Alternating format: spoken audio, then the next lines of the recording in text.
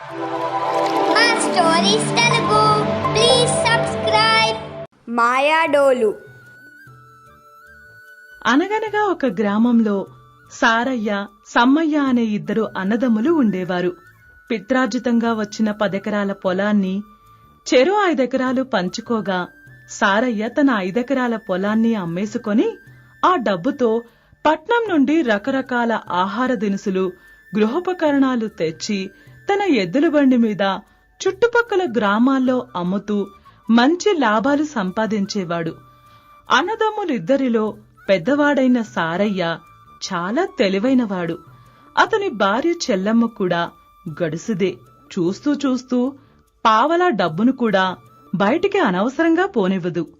ఇక చిన్నవాడైన సమ్మయ్య తన వాటా 5 ఎకరాల పొలంలో కాలానుగుణమైన పంటలు వేస్తూ వ్యవసాయం చేస్తుంటాడు. అతని భార్య గౌరమ్మ. సమ్మయ్యలాగానే గౌరమ్మ కూడా అమాయకురాలు. అందరికీ సహాయం చేసే గుణం కలది. అయితే ఆ సంవత్సరం అకాల వర్షాల వలన, అనుకోకుండా వచ్చిన తుఫాన్ల వల్ల, చీడపీడల వల్ల సంవత్సరం పొడవునా వేసిన పంటలన్నీ పోయి సమ్మయ్య బాగా నష్టపోయాడు. ఇప్పుడు పరిస్థితి తినడానికి కూడా కష్టంగా ఉంది. అది చూసి సమ్మయ్య భార్య గౌరమ్మ ఒకనాడు ఇలా అంది.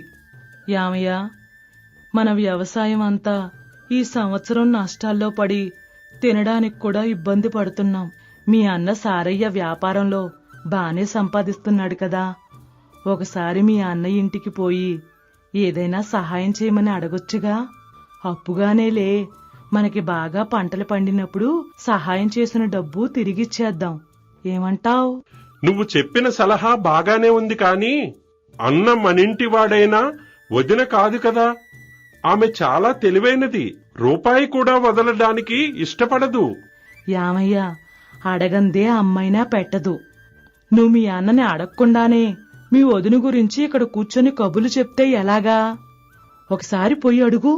సరే, రేపు వెళ్లి మా అన్న సారయ్యకి మన పరిస్థితి అంతా వివరించి సహాయం అడుగుతాను అని మరుసటి రోజు సమ్మయ్య అన్న సారయ్య దగ్గరికి వెళ్లాడు. ఏంటి తమ్ముడు ఇలా వచ్చావు? అన్నా, ప్రస్తుతం నా పరిస్థితి ఏమీ బాగోలేదు. సంవత్సర కాలంగా పంటలన్నీ పోయి వ్యవసాయం బాగా దెబ్బతిన్నది. నువ్వేమైనా ఆర్థికంగా సహాయం చేస్తే వచ్చే ఏడాది నీ అప్పు తీర్చేస్తాను. ప్రస్తుతం తినడానికి కూడా కష్టంగా ఉంది అనగానే అప్పుడే అక్కడికి వచ్చిన సారయ్య భార్య చెల్లమ్మ ఇలా అంది. యామయ్యా మరిది, మా దగ్గర డబ్బులు చెట్లు కాస్తున్నాయనుకుంటున్నావా? నీతో సమానమైన వాటా భూమి 5 ఎకరాలను అమ్ముకొని వ్యాపారంలో పెట్టి మేం కూడా నానా తిప్పలు పడుతున్నాం. మా దగ్గర డబ్బు మూలుగుతుందని నువ్వెలా అనుకున్నావు? నీకెవరు చెప్పారు? ఎవరూ చెప్పలేదు వదినా, నేనే వచ్చాను. అప్పుగానైనా సహాయం చేస్తారేమో అని. సహాయం లేదు, ఏం లేదు. బతకలేకపోతే అందరూ కలిసి ఏ గుడి దగ్గరైనా అడుక్కు తినండి. మీకివ్వటానికి మా దగ్గర చిల్లిగవ్వలేదు అనగానే అన్న సారయ్య ఇలా అన్నాడు. విన్నావు కదా మీ వదిన చెప్పిన మాట. వెళ్ళు వెళ్ళు, మళ్ళీ నా ఇంటి ఛాయల్లో కూడా కనపడుకు పో అని నిర్లక్ష్యంగా సమ్మయ్యను పంపించేశాడు సారయ్య. సమ్మయ్య విచారంగా తన ఇంటికి వెళ్తుండగా దారిలో ఒక ముసలాయన కట్టెల మోపు కట్టి దాని నెత్తిమీద ఎత్తుకోలేక నానాయాతన పడుతున్నాడు. అది చూసి సమ్మయ్య ఇలా అన్నాడు. పెద్దాయనా, మీకు ఈ వయసులో ఇంత యాతన ఎందుకు? నేను సహాయం చేస్తాను అని సమ్మయ్య ఆ కట్టెల మూటని తన నెత్తిన పెట్టుకుని అతని ఇంటి వరకు వెళ్లి అక్కడ దింపాడు. అప్పుడా పెద్దాయన ఇలా అన్నాడు. నాయనా, నువ్వు చూస్తే ఏదో సమస్యలో ఉన్నట్టున్నావు. నాకింత సహాయం చేశావు. నీ సమస్య ఏంటో తెలుసుకోవచ్చా? అనగానే సమ్మయ్య తన సమస్య మొత్తం చెప్పాడు. అప్పుడా పెద్దాయన ఇలా అన్నాడు. నాయనా, నేను నీకు ఒక రొట్టెని ఇస్తున్నాను. నా మాటలు జాగ్రత్తగా విను. నా ఇంటి వెనుక చిన్న అడవి ఉంది. ఆ అడవి చివర 3 చెట్లు ఉంటాయి. వాటి వెనుకగా కొండపైకి ఒక కాలిబాట ఉంటుంది. ఆ బాటకు ఇరువైపులా విషసర్పాలు, ముళ్ళ చెట్లు ఉంటాయి. జాగ్రత్తగా కొండ ఎక్కితే అక్కడ ఒక గుడిసె కనిపిస్తుంది. ఆ గుడిసెలో ఒక మంత్రగత్తె ఉంటుంది. ఆమెతో పని కోసం వెతుకుతున్నాను, మీరు ఏ పని చెప్తే అది చేస్తాను అను. ఆమె ఏ పని చెబితే అది చెయ్యి. అప్పుడు ఆమె నిన్ను మెచ్చుకొని, నువ్వు మంచివాడివి, నీకేం కావాలో అడుగు, ఇస్తాను అంటుంది. అప్పుడు నువ్వు, వీలైతే ఒక మాయాడోలు ఇప్పించండి, లేకపోతే మీ ఇష్టం అను. ఆ పైన ఎలా జరగాలో అలా జరుగుతుంది. శుభం భూయాత్, జాగ్రత్తగా పోయిరా అని ముసలాయన సమ్మయ్యని దీవించి పంపించాడు. అప్పుడు సమ్మయ్యకి చాలా ఆశ్చర్యం వేసి ఇలా అనుకున్నాడు. ఇదేంటి, ఈ ముసలాయన ఇంత నమ్మకంగా చెప్తున్నాడు? అసలు ఈ ఊర్లో అడవి లేదు కదా, ఇంటి వెనుక అడవి అంటున్నాడు. అనుకుంటూ ఆ ముసలాయన ఇంటి వెనక చూస్తే చిన్న అడవి కనిపించింది. ముసలాయన ఇచ్చిన రొట్టె పట్టుకొని ఆ అడవి గుండా ప్రయాణం సాగించాడు. దారంతా పూర్తిగా ముళ్ళు, రాళ్లమయంగా ఉంది. వాటన్నిటినీ తప్పించుకొని ముందుకు వెళ్తే నిజంగానే 3 పెద్ద చెట్లు కనిపించాయి. ఆ కాలిబాట వెంట దారిలో అడ్డంకులన్నీ తొలగించుకొని పోయి చివరికి ముసలితాత చెప్పినట్టే ఒక గుడిసెను చేరుకున్నాడు. గుడిసె బయట ఒక అవ్వ కనిపించింది. ఆమె ముసలితాత చెప్పిన మంత్రగత్తె. ఆమె సమ్మయ్యని చూసి ఇలా అడిగింది. ఎవరు నువ్వు? ఈ కొండపైకి ఎందుకు వచ్చావు? అవ్వా, నాకు పని కావాలి, పని కోసం వెతుకుతున్నాను. ఇదిగో ఈ రొట్టె తీసుకో అని తాత ఇచ్చిన రొట్టె మంత్రగత్తెకు ఇచ్చాడు. ఆమె రొట్టె తిని ఇలా అంది. రొట్టె బాగుంది, పని కావాలంటున్నావు కాబట్టి నా ఇంటి చుట్టూ ఉన్న ముళ్ళ కంచెలన్నీ కొట్టేసి వాటి స్థానంలో పెరట్లో ఉన్న పండ్ల మొక్కల్ని పాతు అనగానే సమ్మయ్య వ్యవసాయదారుడు కాబట్టి గుడిసె చుట్టూ ఉన్న స్థలాన్ని శుభ్రం చేసి రకరకాల పండ్ల మొక్కలను నాటాడు. అతని పనితీరును మెచ్చుకున్న మంత్రగత్తె ఇలా అంది.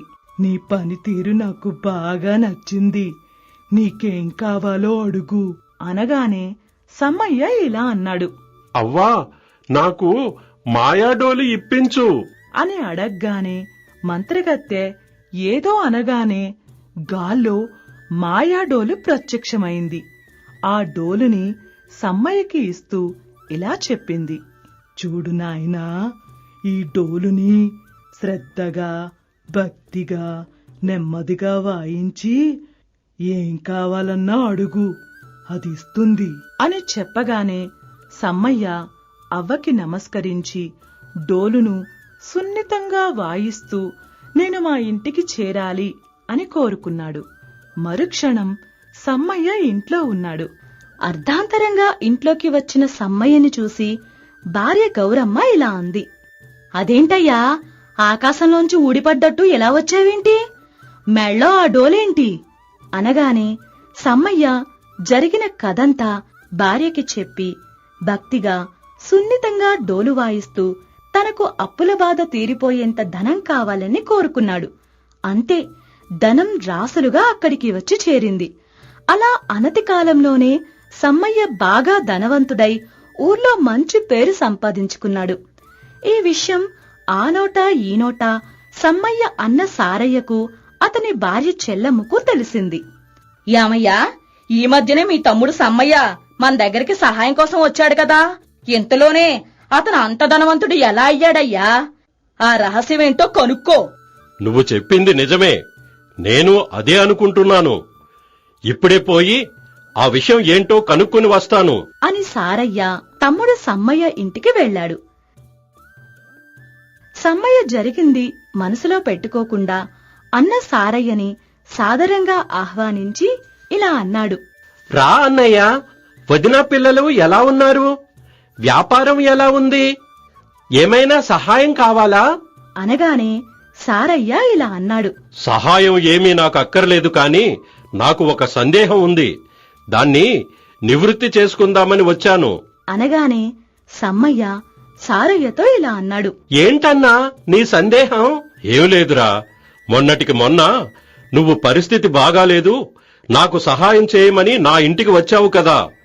ఇంత తక్కువ సమయంలో నీ దశ ఎలా తిరిగింది తమ్ముడు? ఆహా, ఊరికే అడుగుదామని వచ్చాను. అది రహస్యం అయితే చెప్పొద్దులే. అనగానే సమ్మయ్య అమాయకంగా ఇలా అన్నాడు. నీ దగ్గర రహస్యం ఏముందన్నా? అంతా ఆ భగవంతుడి దయ. అని దేవుడి గదిలో ఉన్న మాయాడోలును తీసుకువచ్చి అన్న సారయ్యకి చూపించి విషయమంతా చెప్పాడు. దుర్మార్గపు ఆలోచనలు కలిగిన సారయ్య రాత్రికి రాత్రే ఆ మాయాడోలుని దొంగిలించుకుని ఇంటికి పోయి చెల్లమ్మతో ఇలా అన్నాడు. మా తమ్ముడు సమ్మయ్య అంత ధనవంతుడవ్వడానికి ఈ మాయాడోలే కారణం. మనకి ఇది ఉంటే చాలు, మనకి ఇంకేమీ అక్కర్లేదు. ఏదైనా పరదేశం వెళ్లి అక్కడ కాలు మీద కాలేసుకుని దర్జాగా బ్రతుకుదాం. రేపు తెల్లవారగానే ప్రయాణం. అనగానే చెల్లమ్మ ఇలా అంది. అవును, నువ్వన్నదే నిజమేనయ్యా. ఇక్కడుంటే నీ తమ్ముడు డోలుపోయిన విషయం తెలుసుకొని గొడవకొస్తాడు. త్వరగా మనం పరదేశం పారిపోదాం అని మరుసటి రోజు పొద్దున్నే సారయ్య కుటుంబంతో సహా మాయాడోలుని తీసుకుని ఊరు పక్క నుండి ప్రవహించే నదిలో పడవ మీద ప్రయాణం మొదలుపెట్టాడు. ప్రయాణం మొదలయ్యాక చెల్లమ్మ ఇలా అడిగింది. యామయ్యా, మీ తమ్ముడు చెప్పాడని నమ్మి ఈ డోల్ని పట్టుకొని ఉన్నదంతా వదులుకొని పరదేశం బయలుదేరాం. మీ తమ్ముడు నిజమే చెప్పాడో లేకపోతే ఒకప్పుడు అతను సహాయం అడటానికొస్తే మనం ఇంటి నుండి గెంటేశామన్న కక్షతో ప్రతీకారం తీర్చుకోవడానికి అలా చెప్పాడో ఈ డోల్ని పరీక్షించకుండా పడవ ప్రయాణం మొదలెట్టేశాం. అనగానే సారయ్య ఇలా అన్నాడు. అనుమానం ఎందుకు? ఇప్పుడే ఆ డోలును పరీక్షిస్తాను ఉండు అని మాయాడోలుని వాయిస్తూ ఇలా అనుకున్నాడు. నాకు లెక్కలేనంత బంగారం కావాలి. అనగానే బంగారం పడవలో పడటం మొదలైంది. ఇదిలా ఉండగా అక్కడ తమ్ముడు సమ్మయ్య తెల్లవారాక లేచి చూసేసరికి డోలు తన అన్న సారయ్య కనబడకపోవటంతో భార్య గౌరమ్మని ఇలా అడిగాడు. మాయాడోలు కనబడటం లేదు, నువ్వేమైనా తీసావా? అది నాకెందుకయ్యా?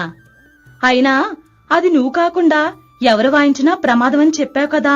అది కనబడడం లేదంటే రాత్రొచ్చిన మీ అన్నే మనకు తెలియకుండా దాన్ని దొంగతనంగా పట్టుకుపోయి ఉంటాడు. అనగానే సమ్మయ్య వేగంగా అన్న ఇంటికి వెళ్ళాడు. ఇంటికి తాళం వేసి ఉంది.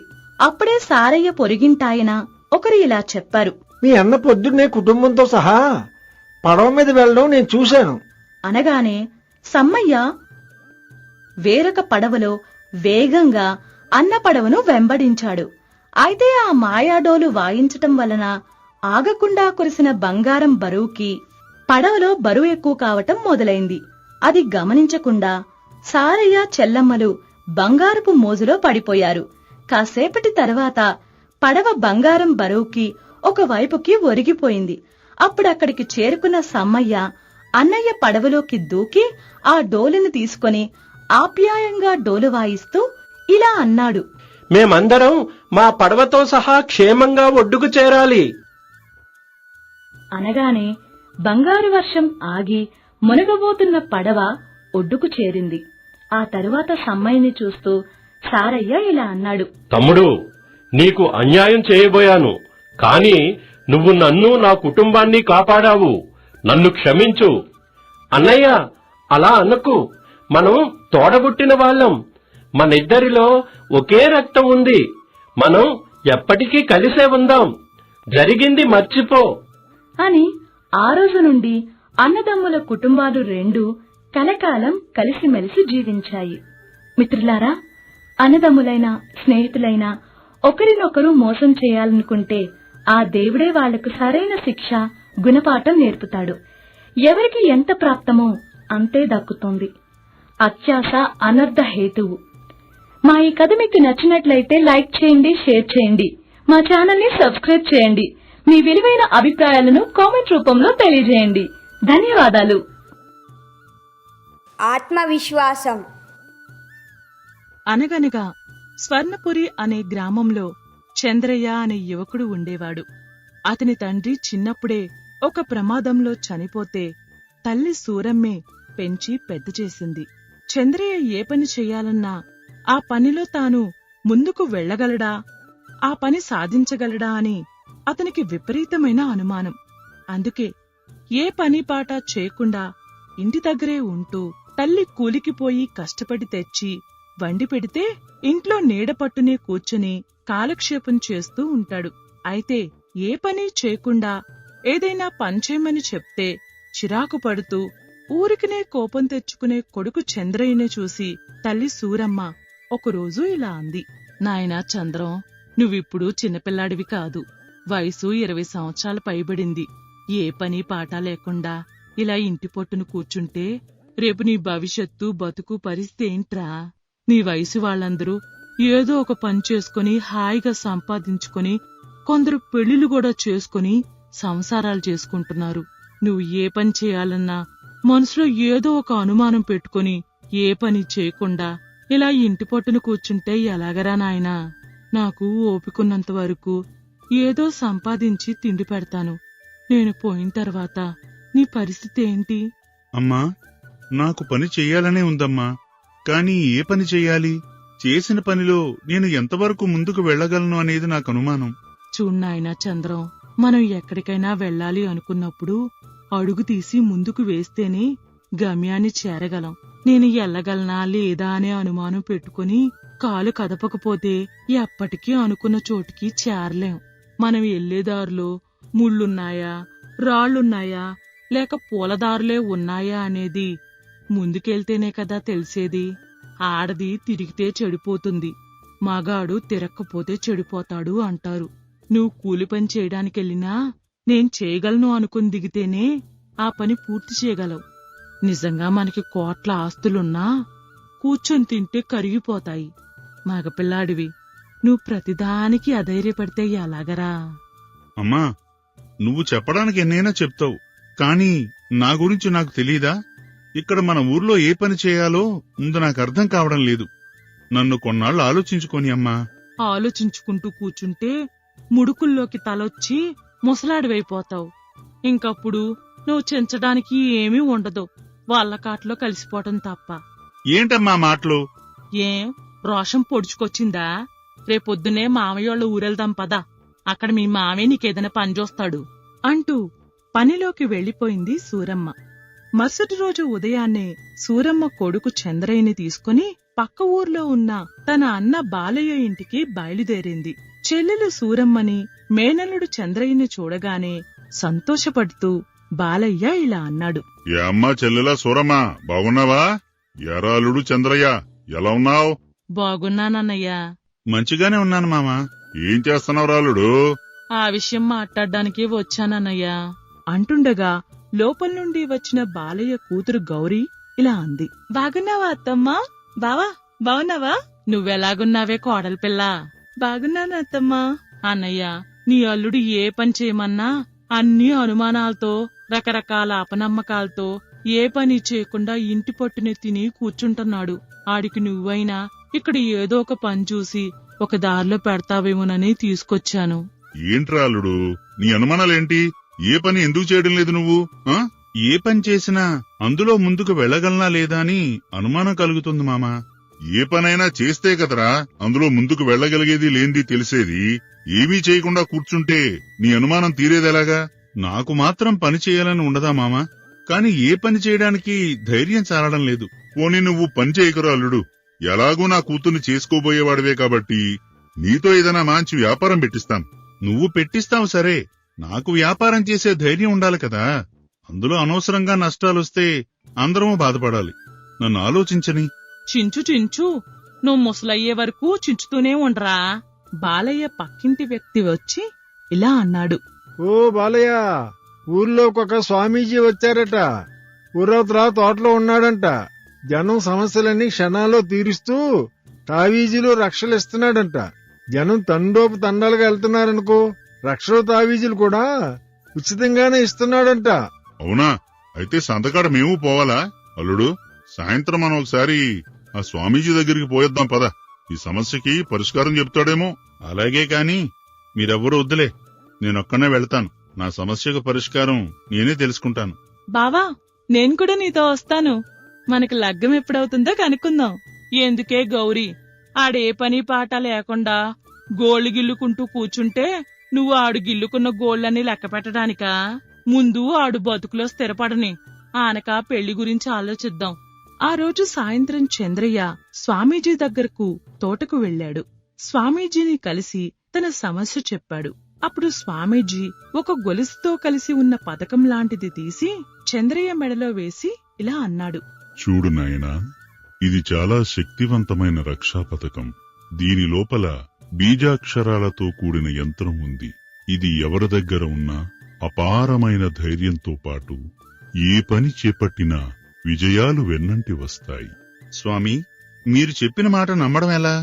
ఏమీ లేదు నాయనా. ఈ రోజు రాత్రి నువ్వు శ్మశానానికి వెళ్లి రాత్రంతా అక్కడ ఒంటరిగా గడిపిరా. నేను ఇచ్చిన ఆ రక్షా పథకం యొక్క శక్తి నీకు అర్థం అవుతుంది. శ్మశానంలో రాత్రంతా ఒంటరిగానా? ఏమో, నాకు భయం. నీ మెడలో ఆ రక్షా పథకం ఉన్నంత వరకు నీకు ఎటువంటి భయమూ ఉండదు. అంత శక్తివంతమైనది అది. దాని శక్తి పరీక్షించాలనుకుంటే వెళ్ళు, లేదనుకుంటే మానేయ్ అనగానే చంద్రయ్య అక్కడి నుండి బయటకు వచ్చాడు. అప్పటికే చిన్నగా చీకటి పడుతోంది. తిన్నగా ఊరికి ఉత్తరాన ఉన్న శ్మశానంలోకి వెళ్లాడు.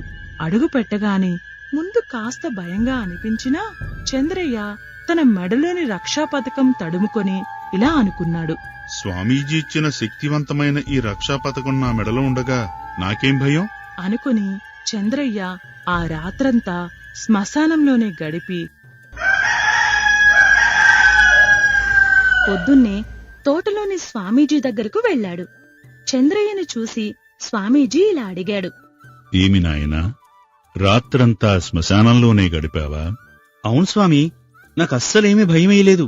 మీరు చెప్పినట్టు ఈ రక్షా పథకం చాలా శక్తివంతమైంది. వెళ్ళు. ఇక నీకు జీవితంలో అధైర్యం కాని అపజయం కాని ఉండవు అనగానే స్వామీజీకి ధన్యవాదాలు చెప్పి అక్కడి నుండి ఇంటికి వెళ్లిపోయాడు చంద్రయ్య. చంద్రయ్య తిన్నగా మేనమామ బాలయ్య ఇంటికి వెళ్లి ఇలా అన్నాడు. మామా, ఇప్పుడు పెట్టించు. నువ్వు ఏ వ్యాపారంలో పెట్టిస్తావో. ఏంటల్లుడు అంత ధైర్యంగా మాట్లాడుతున్నావు? స్వామీజీ ఏమైనా ధైర్యం చెప్పాడా ఏంటి? అవునుగాని చంద్రయ్య, నిన్న సాయంత్రం అనగా స్వామీజీ దగ్గరికెళ్ళినోడివి. రాత్రంతా ఎక్కడున్నావురా? స్వామీజీకి సేవ చేసుకుంటూ తోటలోనే ఉండిపోయావా? కాదమ్మా, శ్మశానంలో ఉన్నాను రాత్రంతాను. ఏంటి బావా, శ్మశానంలో ఉన్నావా రాత్రంతా? భయం వేయలేదా? భయం లేకుండా ధైర్యాన్ని కలిగించే రక్షా పథకం ఒకటిచ్చారు స్వామీజీ. దాన్ని పరీక్షిద్దామని శ్మశానానికెళ్లి రాత్రంతా అక్కడే ఉన్నాను. అస్సలు భయమేయలేదు. 1000 ఏనుగుల బలం, ధైర్యం వచ్చినట్టు అనిపించింది. శభాషలుడు, చెప్పు, ఇప్పుడేం వ్యాపారం చేస్తావు? ఏం వ్యాపారం పెట్టించమంటావు? నీ ఇష్టం మామా. ఎడారిలో ఇసుక తెచ్చి అమ్మమన్నా అమ్మేస్తాను. అంత ధైర్యం ఉంది ఇప్పుడు. ఇసుకలు ఇటుకలు వద్దుగాని మన చుట్టుపక్కల గ్రామాల్లో పండే పంటలన్నీ టోకున కొని పట్నానికి షావుకారులకు ఎగుమతి చెయ్యి. మంచి లాభాలొస్తాయి. పెట్టుబడంతా నేను పెట్టి రైతులను కూడా నీకు పరిచయం చేస్తాను. అలాగే మామా, తప్పకుండా చేస్తాను. చూడు, 6 నెలల్లో ఎలా లాభాలు సంపాదిస్తాను. పోన్లేరా తమ్ముడు, నీ దయవల్ల వాడొక దారిలో పడితే అదే 10,000. నా దయ కాదే అక్క, ఇదంతా స్వామీజీ ఇచ్చిన రక్షా పథకం మహిమ. ఏదైనా కానీరా, వాడు ధైర్యంగా ఒక అడుగు ముందుకేస్తున్నాడు, అంతే చాలు. ఆ తర్వాత మామ సహాయ సహకారాలతో చంద్రయ్య ప్రారంభించిన వ్యాపారంలో ధైర్యంగా దూసుకుపోయి 2 నెలల కాలంలోనే మంచి వ్యాపారస్తుడిగా అందరి దగ్గర పేరు సంపాదించడమే కాకుండా వ్యాపారంలో మంచి లాభాలు కూడా సంపాదించాడు. తనకు రక్షా పథకం ఇచ్చిన స్వామీజీకి కృతజ్ఞతలు చెప్పటానికి వెళ్లాలనుకున్నాడు చంద్రయ్య. కాని స్వామీజీ తనకు రక్షా పథకం ఇచ్చిన 2 రోజుల్లోనే ఆ ఊరి నుండి వెళ్లిపోయారని, మరో 4 రోజుల్లో వస్తారని తెలిసింది. స్వామీజీ వస్తున్న రోజు స్వాగత సత్కార్యాలు ఏర్పాటు చేశాడు చంద్రయ్య. తోటలోకి వచ్చాక స్వామీజీ చంద్రయ్యని చూసి ఇలా అడిగాడు. ఏం చంద్రయ్య, ఎలా ఉన్నావు? నీ మనసులో ఉన్న భయము, పిరికితనము పోయినట్టేనా? అవును స్వామి, మీరు ఈ రక్షా పథకం ఇచ్చిన రోజు నుండి నాలో ఉన్న అపనమ్మకం, అధైర్యం అన్నీ పటాపంచలైపోయాయి. ఇప్పుడు ఎంతో ధైర్యంగా వ్యాపారం చేసి బాగా డబ్బు సంపాదించాను. నా వ్యాపారాన్ని ఇంకా విస్తరించాలనుకుంటున్నాను. అంతా మీ ఆశీస్సులు, మీరిచ్చిన ఈ మహిమగల రక్షా పథకం. ఏది నాయనా, నీ మెడలోని ఆ రక్షా పథకాన్ని ఒకసారి ఇటీవు. ఎందుకు స్వామి? మళ్ళీ మీరు తీసుకుని ఎవరికైనా ఇచ్చేస్తారా? నేనివ్వను స్వామీజీ. ఎవరికో ఇవ్వడానికి కాదయ్యా చంద్రం, అందులో ఒక రహస్యం ఉంది. దాని గురించి నీకు చెప్పడానికి. రహస్యమా? ఏంటి స్వామీజీ అది? నువ్వా పథకాన్ని తీసి ఇస్తేనే నీకు చెప్తాను. అనగానే చంద్రయ్య తన మెడలోని రక్షా పథకాన్ని తీసి స్వామీజీకి ఇచ్చాడు. స్వామీజీ తాను తీసుకుని దాన్ని రెండుగా విప్పి చూపించాడు. చూడు చంద్రయ్య, నీకు నేను చెప్పినట్టుగా ఇందులో ఏ శక్తివంతమైన యంత్రము, తంత్రము, మంత్రము కూడా లేవు. ఇది కేవలము ఒక సాధారణమైన మెడలో వేసుకునే పథకం. ఇది ఒక పూజించి పెట్టిన అతి శక్తివంతమైన రక్షా పథకం. అనగానే నువ్వు దీనిమీద నమ్మకంతో నీ అధైర్యాన్ని వదిలి ధైర్యంగా ఒక రాత్రంతా ఒంటరిగా శ్మశానంలో గడిపావు. అదే రక్షమీదున్న ధైర్యం, నమ్మకంతో వ్యాపారాన్ని ప్రారంభించి వెనకడుగు వేరే ఆలోచన లేకుండా ముందుకు దూసుకుపోయి మంచి వ్యాపారస్తుడివయ్యావు. నీ ఆత్మవిశ్వాసమే నిన్ను ముందుకు ధైర్యంగా నడిపించింది. అంతేగాని ఏ మంత్రాలు కాదు. మంత్రాలకు చింతకాయలు రాలవు చంద్రయ్య. ఏ పనైనా ఎందుకు చేయలేము అనే ఆత్మవిశ్వాసంతో చేస్తే అది తప్పకుండా విజయవంతమవుతుంది. అవుతుందా కాదా, చేయగలనా లేదా అనే శంకతో మొదలు పెడితే ఏ పని ముందుకు వెళ్ళదు.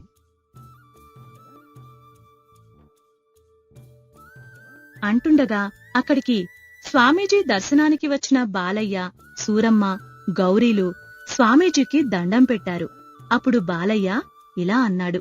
స్వామీజీ, మీరిచ్చిన రక్షలో ఏమీ లేకపోయినా అందులో ఏదో శక్తి ఉందన్న నమ్మకం, ఆత్మవిశ్వాసమే మా చంద్రయ్యని ఇంతవాణ్ణి చేసింది. మీకు వందనాలు. నా కుమార్తె గౌరీకి చంద్రయ్యకు పెళ్లి చేయాలనుకుంటున్నాను. మీ ఆశీస్సులు కావాలి. అవును సామి, నా కొడుకుని ప్రయోజకుణ్ణి చేశారు. ఒక ఇంటివాణ్ణి కూడా మీరే చెయ్యాలి. ఇద్దరికీ ఈడూజోడు బావుంటుంది. కలకాలం సుఖంగా జీవిస్తారు. అలాగే కానివ్వండి. ఇక చంద్రయ్య మనోధైర్యం ఎంతమాత్రం కోల్పోడు. అంతా శుభమే జరుగుతుంది. వెళ్ళిరండి. తర్వాత చంద్రయ్య ఏనాడు వెనక్కి తిరిగి చూడలేదు. అధైర్యపడిందీ లేదు. రక్షలు, యంత్రాల కన్నా తనలోని ఆత్మవిశ్వాసమే ముఖ్యమని గ్రహించాడు. గౌరిని పెళ్లి చేసుకుని మంచి ఉన్నత స్థానానికి చేరుకుని తల్లి, భార్యతో సహా మామ బాలయ్య ఇంట్లోనే ఉంటున్నాడు. మిత్రులారా, ఏ మనిషికైనా ఆత్మవిశ్వాసాన్ని మించిన ఆయుధం లేదు. మనోధైర్యాన్ని మించిన బలం లేదు. నెత్తురు సత్తు కన్నా మనిషికి సైన్యం ఉంటుందా? అందుకే ఎవరైనా సరే మీలోని ధైర్యాన్ని నమ్ముకోండి. స్వామీజీలు, రక్షలు, తాయెత్తులు కాదు. అవునంటారా? మీకు మా కథ నచ్చినట్లయితే లైక్ చేయండి, షేర్ చేయండి, మా ఛానల్ని సబ్స్క్రైబ్ చేయండి. మీ విలువైన అభిప్రాయాలను కామెంట్ రూపంలో మాకు తెలియజేయండి. ధన్యవాదాలు. తనకు మాలిన ధర్మం. అనగనగా ఒక గ్రామంలో విసన్న అనే వ్యక్తి ఉండేవాడు. అతని భార్య పోలమ్మ. వారికి ఒక కొడుకు. వాడింకా చిన్నవాడే. విసన్న చుట్టుపక్కల గ్రామాల్లో వ్యాపారం చేస్తూ మంచి ఆదాయంతో పాటు మంచి పేరు కూడా సంపాదించుకున్నాడు. విసన్నకి భూములు, ఆస్తులు ఏమీ లేవు. కాని తన వ్యాపార దక్షత మీద కుటుంబాన్ని ఏ కష్టం లేకుండా చూసుకుంటూ వస్తున్నాడు. అయితే కాలం ఎప్పుడూ ఒకేలా ఉండదు కదా. మనిషి జీవితంలో ఒడిదుడుకుల్లాగానే ప్రకృతిలో కూడా ఒడిదుడుకులు ఏర్పడినప్పుడు మనిషి జీవితం తలకిందులవుతుంది. తమ గ్రామంతో పాటు చుట్టుపక్కల గ్రామాలన్నీ కూడా గత 2 ఏళ్లుగా వర్షాలు పడక తీవ్రమైన కరువులో చిక్కుకున్నాయి. ప్రజలు తిండి గింజలకే కటకటలాడుతున్నప్పుడు ఏ వస్తువునైనా కొనేవారెవరు? అందువల్ల విసన్న వ్యాపారం పూర్తిగా దెబ్బతినింది. పెట్టుబడి పెట్టి కొన్న సరుకులకు అసలు కూడా రాని పరిస్థితి. అతను చేసే వ్యాపారం అంతా గృహోపకరణాలకు సంబంధించిందే. కరువు కారణంగా గ్రామాలలోని ప్రజలు దూర ప్రాంతాలకు వలస వెళ్లిపోతున్నారు. ఒకరోజు విసన్నతో అతని భార్య పోలమ్మ ఇలా అంది. ఏందయ్యా మన పరిస్థితి? వ్యాపారమా అంటే కొన్న వస్తువుల డబ్బు కూడా రాని పరిస్థితి. నువ్వు చేసే వ్యాపారం ఏ తిండి గింజలకు సంబంధించిందో అయితే ఇలాంటి సమయంలో రూపాయిదొక పావలాకి ఎక్కువేసి అమ్మినా జనం కొనుక్కునేవాళ్లు. ఇక్కడ సమస్య మనం ఏ వ్యాపారం చేశామన్నది కాదు. కరువు వల్ల పంటలు లేక, ఏ వ్యవసాయమూ రాబడి లేక జనం దగ్గర కొనే స్తోమత లేకుండా పోయింది. జనానికి ఆదాయం ఉంటేనే కదా తిండి గింజలైనా, విలాస వస్తువులైనా, ఇంకేదైనా కొనేది. పరిస్థితి ఎప్పుడు మెరుగవుతుందో తెలియక జనం వలసపోతున్నారు. కనీసం మనమైనా డబ్బు కొంచెం ఎక్కువగా వెనకేసుంటే బాగుండేది. మంద కూడా ఎప్పుడూ పూటబత్యం పుల్లల వెలుగు జీవితమే అయిపోయింది. ఇది మరీ బాగుంది పోలమ్మా. ఇలాంటి పరిస్థితి వస్తుందని మనమేమైనా కలగన్నామా? మనమే కాదు, ఎవ్వరూ అనుకోలేదు. ప్రకృతి ప్రకోపానికి మనిషి తలొంచాల్సిందే. సరేనయ్యా, నువ్వు అన్నట్టు ఇప్పుడు మనం ఏది వంచినా రేపటి సంగతేంటి? ఇంట్లో అన్నీ నిండుకున్నాయి. రేపటికి ఒక్క బియ్యం గింజ కూడా లేదు. మనమంటే కొద్ది రోజులు పస్తులుంటాం. కాని మన అబ్బాయి చిన్నపిల్లాడు, ఆకలికి తట్టుకోగలడా? మనమైనా ఎన్నాళ్లు పస్తుంటాము? రేపే పరిస్థితి చక్కబడినా వెంటనే మన ఆదాయం మొదలవ్వదు కదా. అయితే మరి ఏం చేద్దాం? ఏం లేదు, దారిలో తినడానికి నువ్వేదైనా తిండి సిద్ధం చేసి మూటకట్టు. ఇక్కడికి దూరంగా కొసల రాజ్యంలో ఉన్న కట్టంగి గ్రామంలో నా దూరపు బంధువు ఒకరున్నారు. అక్కడికి వెళ్లి కొన్నాళ్లు ఏదైనా పని చేసుకుని ఇక్కడి పరిస్థితులు పూర్తిగా యథాస్థితికొచ్చాయని తెలిసాక తిరిగొద్దాం. సరేనా? సరే, నేను వెంటనే మనకు కావలసినవన్నీ మూట కడతాను. అలాగే దారిలో ఒక పూటైనా తినడానికి సరిపడేలా దారి బత్తం కడతాను. ఆ తర్వాత దేవుడే ఉన్నాడు. మనం ఆ ఊరు వెళ్ళటానికి ఎన్ని రోజులు పట్టొచ్చయ్యా? ఎంత తొందరగా వెళ్ళినా 2-3 రోజులైనా పట్టొచ్చు. సరే సరే, అబ్బాయిని సిద్ధం చెయ్యి అని కావలసినవన్నీ మూట కట్టి దారి బత్తం సిద్ధం చేసింది.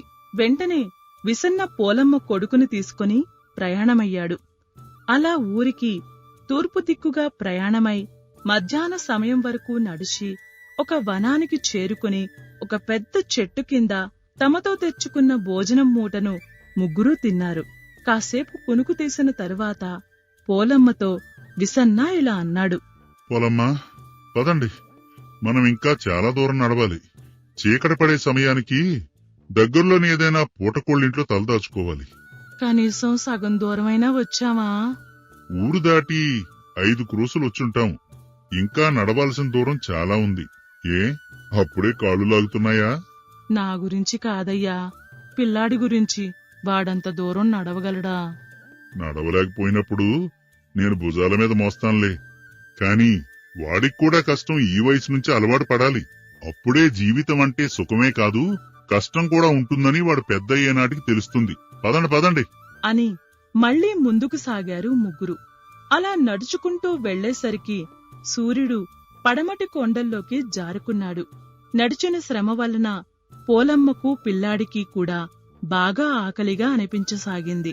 ఇంకాస్త దూరం ముందుకు వెళ్ళాక మరీ నడవలేక ఒక చెట్టు దగ్గర ఆగిపోతూ పోలమ్మ ఇలా అంది. యామయ్యా, ఇంకొక్క అడుగు కూడా ముందుకేయటం నా వల్ల గాని నా కొడుకు వల్ల గాని కాదు. మా ఇద్దరికీ విపరీతంగా ఆకలేస్తుంది. కడుపు నకనకలాడుతూ పూర్తిగా నీరసం ఆవహించింది. ఏదైనా ఇంత కడుపులో పడితే గాని ముందుకు అడుగు వేయలేము. అదేమిటి పోలమ్మా, అవునుగాని ఈ అడవిలాంటి నిర్జన ప్రదేశంలో తినడానికి ఏమి దొరుకుతుంది? కాస్త ఓపిక తెచ్చుకుని 4 అడుగులు ముందుకేస్తే ఏదైనా ఊరు తగలచ్చు. అక్కడ ఏ దాతైనా మన పరిస్థితికి జాలిపడి ఇంత తిండి పెట్టచ్చు. లేదా ఏ పూటకోళ్ల సత్రంలోనైనా తిండి దొరకచ్చు. అంతవరకు ఓర్చుకోండి కొంచెం. ఓర్చుకుని ముందడుగు వేసే అవకాశమే ఉంటే ఇంతలా నిన్నెందుకు అడుగుతానయ్యా? నడిచి నడిచి కాళ్ళు తేలిపోతున్నాయి. నేనేదో ఓపిక చేసుకున్నా పిల్లాడు ఆకలికి అలమటించి చచ్చిపోయేలా ఉన్నాడు. ఈ చుట్టుపక్కల ఏదైనా ఇంత తినడానికి దొరుకుతుందేమో చూడు అనగానే విసన్న చుట్టుపక్కలంతా చూశాడు. ఏవో పిచ్చి చెట్లు తప్ప ఒక్క నివాసం కూడా సుదూరంలో కనిపించలేదు. మీరిద్దరూ ఇక్కడే ఉండండి, కాస్త ముందుకు వెళ్లి ఏమైనా దొరుకుతుందేమో చూసొస్తాను అని విసన్న అక్కడ్నుండి కొంచెం ముందుకు వెళ్లగానే ఒక పన్నసాల లాంటిది కనబడింది. గబగబా అటువైపుగా నడిచాడు. ఆ పనసాల ముందు ఒక అరుగుమీద చెట్టు నీడలో ఒక సాధువు కూర్చొని ఉన్నాడు. సాధువును చూసి దండం పెడుతూ విసన్న ఇలా అన్నాడు. అయ్యా నమస్కారం. ఎవరు నాయనా నువ్వు? ఏ పని మీదొచ్చావు? అయ్యా, మా ఊరు చుట్టుపక్కల ప్రాంతమంతా కరువుతో అల్లాడుతుండడం వల్ల నేను నా భార్య కొడుకుతో కలిసి కోసల దేశంలోని కట్టంగి గ్రామంలో మా దూరపు బంధువింటికి వెళ్తున్నాం. నేను దారిబత్యంగా తెచ్చుకున్న ఆహారం అయిపోయింది. నా భార్య కొడుకు ఆకలితో నకనకలాడుతూ ముందుకు నడవలేక ఇక్కడికి దగ్గరలోని ఒక చెట్టు కింద ఆగిపోయారు. తమరు దయతలచి ఏదైనా ఆహారం ఇప్పిస్తే వారి ప్రాణం నిలిపినవారవుతారు. చూడు నాయనా, నా దగ్గర ఆహార పదార్థాలు ఏమీ ఉండవు. నేను ఒక్క పూట ఫలాలు మాత్రమే తిని జీవిస్తాను. కాని నీకు ఆకలి తీరే మార్గం చూపించగలను. త్వరగా సెలవీయండి స్వామి, మీకు పుణ్యం ఉంటుంది. అలా పడమటి దిశగా కాస్త ముందుకు వెళితే ఒక లోయలో అద్భుతమైన అన్ని రకాల పండ్లతో నిండిన పెద్ద వనం ఉంటుంది. దానికి యజమాని అంటూ ఎవరూ ఉండరు. అది ప్రకృతి సిద్ధమైన వనం. నీవక్కడికి పోయి మీ ఆకలి తీరడానికి సరిపడే పండ్లను తీసుకుని తెచ్చుకోవచ్చు. ధన్యుణ్ణి స్వామి, నా భార్య కొడుకు ప్రాణం నిలిచే మార్గం చూపించారు అని సాధువు చెప్పిన దిశగా ఒక క్రోసూరు దూరం నడవగానే ఒక అద్భుతమైన పండ్లవనం కనిపించింది. విసన్న పండ్లను కోసుకొని మూట కట్టి భుజాన వేసుకుని తిరిగి పయనమయ్యాడు. అలా కొంత దూరం వచ్చాక అతనికి దారిలో 3 వ్యక్తులు కనిపించారు. అందులో 2 వృద్ధులు. వారు ఆకలి బాధతో, అబ్బా, ఆకలితో ప్రాణం పోయేలాగుంది. ఎవరైనా ఏదైనా తినడానికి ఇచ్చి ప్రాణాలు నిలపండయ్యా. నిన్ననగా తెచ్చుకున్న ఆహారం అయిపోయిందయ్యా. అప్పటి నుండి ఏమీ తినలేదు. అలా ఉత్తర దిక్కుగా మా ఊరికి పోవాలి. అడుగు ముందుకు పడక ఇక్కడే ఉండిపోయాము. ఆకలితో ప్రాణాలు పోయేలా ఉన్నాయి. దయచేసి తినడానికి ఏదైనా ఇచ్చి ప్రాణాలు నిలపండి. 3వ వ్యక్తి కూడా ఇంచుమించు ఆ 2 వ్యక్తుల వయసులోనే ఉన్నాడు. వారిని చూసి విసన్న ఇలా అనుకున్నాడు. ఈ ఆకలితో ఉన్న 3 వ్యక్తుల ఆకలి తీర్చడం నా ధర్మం. వీళ్లకు ఈ పండ్లిచ్చి నేను పోయి మరలా పళ్ళను తెచ్చుకుంటాను అనుకుని తన భుజం మీద ఉన్న మూటలోని పండ్లను వారికి ఇస్తూ ఇలా అన్నాడు. అయ్యా, నా దగ్గర ఈ పండ్ల కన్నా తినడానికి ఏదీ లేదు. వీటిని తిని మీ ఆకలి తీర్చుకోండి. మీకు చాలా ధన్యవాదాలయ్యా. దేవుళ్ళ వచ్చి మా ఆకలి తీర్చారు అని ఆ మూటలోని పండ్లని వాళ్లు తీసుకున్నాక విసన్న తిరిగి వనానికి వెళ్లి మళ్లీ పండ్లను కోసుకుని భార్య కుమారుడి దగ్గరకు నడుస్తుండగా మార్గమధ్యంలో మరో 2 బాటసారులు కలిశారు. వారిలో ఒకడు విసన్నని చూసి ఇలా అన్నాడు. అయ్యా, మేము చాలా దూర ప్రాంతం నుండి తీర్థయాత్రలు చేసుకుంటూ వస్తున్నాం. ఈ ప్రాంతానికి వచ్చేసరికి మా దగ్గరున్న ఆహార పదార్థాలన్నీ కూడా అయిపోయాయి. ఈ ప్రాంతం అంతా కరువు ఉండటం వలన కుక్కెడి గంజి కూడా మాకు దొరకలేదు. మా వాళ్ళు ఇంకో 4 ఆకలి బాధతో నడవలేక నెమ్మదిగా వస్తున్నారు. మీ దగ్గర తినడానికి ఏదైనా ఉంటే ఇచ్చి పుణ్యం కట్టుకుంటారా? అనగానే బాటసారుల వంక చూస్తూ విసన్న ఇలా అనుకున్నాడు. వీళ్ల ఆకలి తీర్చడం కూడా నా ధర్మమే. నా వాళ్లకు నేను మరలా వెళ్లి పండ్లను తీసుకొస్తాను. అయ్యా, నా దగ్గర ఈ పళ్ళు తప్ప తినడానికి ఇంకేమీ లేవు. వీటిని తీసుకొని మీ ఆకలి తీర్చుకోండి. చాలా ధన్యవాదాలు నాయనా. పోబోయే మా ప్రాణాలు కాపాడేవు అని పండ్లను తీసుకున్నారు. విసన్న మళ్లీ వనానికి వెళ్లి మంచి మంచి పండ్లను తీసుకుని తిన్నగా భార్య కొడుకు ఉన్న చెట్టు దగ్గరికి బయలుదేరాడు. చెట్టు దగ్గరికి వెళ్లేసరికి భార్య పోలమ్మ, కొడుకు స్పృహ లేకుండా పడి ఉన్నారు. వారు స్పృహ తప్పి పడిపోయారో ప్రాణాలే కోల్పోయారో విసన్నకి అర్థం కాలేదు. పండ్ల మూటను పక్కన పెట్టి ఇలా అన్నాడు. పోలమ్మా, ఓ పోలమ్మా, ఇదిగో మీ ఆకలి తీరేలా మంచి మంచి పళ్ళు తెచ్చాను. లేవండి, తినండి. నాయనా చిన్నోడా, లేవరా, లేచి పళ్ళు తిను. క్షణంలో నీ ఆకలంతా తీరిపోతుంది అని 4-5 సార్లు పిలిచినా కాని ఇద్దరిలో చలనం లేదు. భయంతో విసన్న ఇలా అనుకున్నాడు.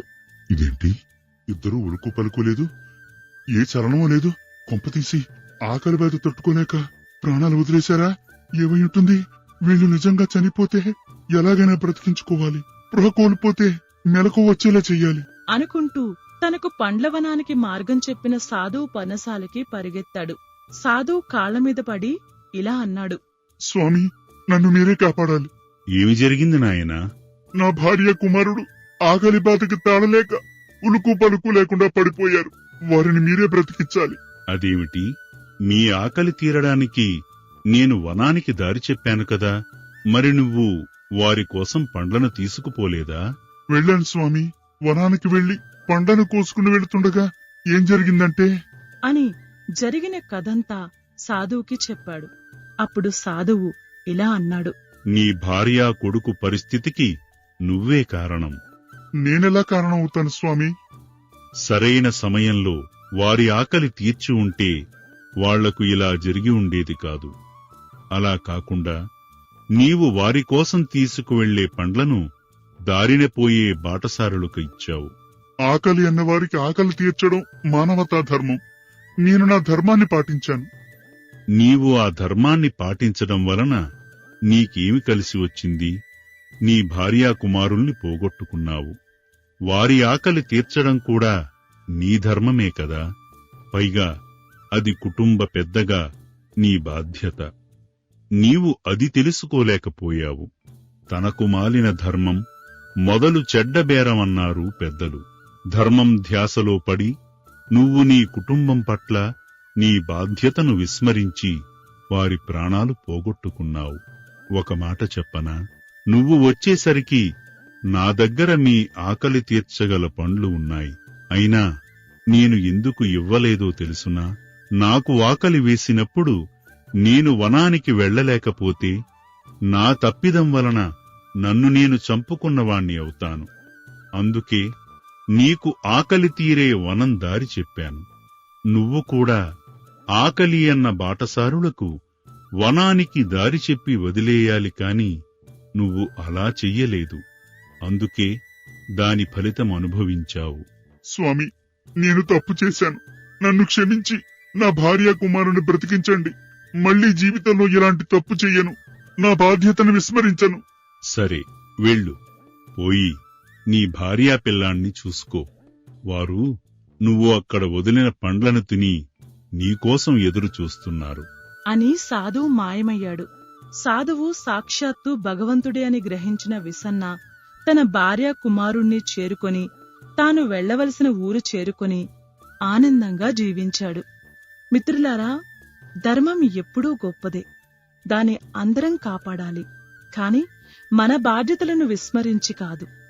సమస్యతో వచ్చిన వారికి దారి చూపటం తప్పు కాదు. తనకు మాలిన ధర్మం అంటే తనకు పనికిరాని ధర్మం అని అర్థం. ఆ ధర్మం వలన బేరం అంటే వ్యాపారం మొదట చెడిపోతుంది. అందువలన మనం మన బాధ్యతలను నిర్వహిస్తూ ధర్మాన్ని పాటిద్దాం.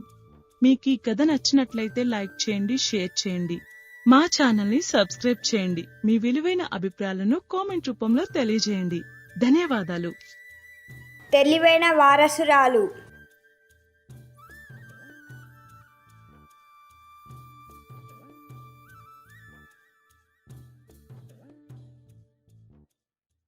తెలివైన వారసురాలు. అనగనగా ఘనపురం అనే గ్రామంలో గంగయ్య అనే మోతిబరి రైతు ఉండేవాడు. అతను ఆ చుట్టుపక్కల గ్రామాలలో వ్యవసాయంలో దిట్ట. అతనికి సుమారు 50 ఎకరాల పల్లం భూమి, 25 ఎకరాల కొబ్బరి, అరటి, మామిడి, జామ వంటి తోటలు, ఇంకో 25 ఎకరాలు అపరాలు పండే మెట్ట భూమి ఉన్నాయి. అతనికి 3 కూతుళ్ళు, చింతల్లి, సావిత్రి, బుజ్జమ్మ. గంగయ్యకి మగ సంతానం లేరు.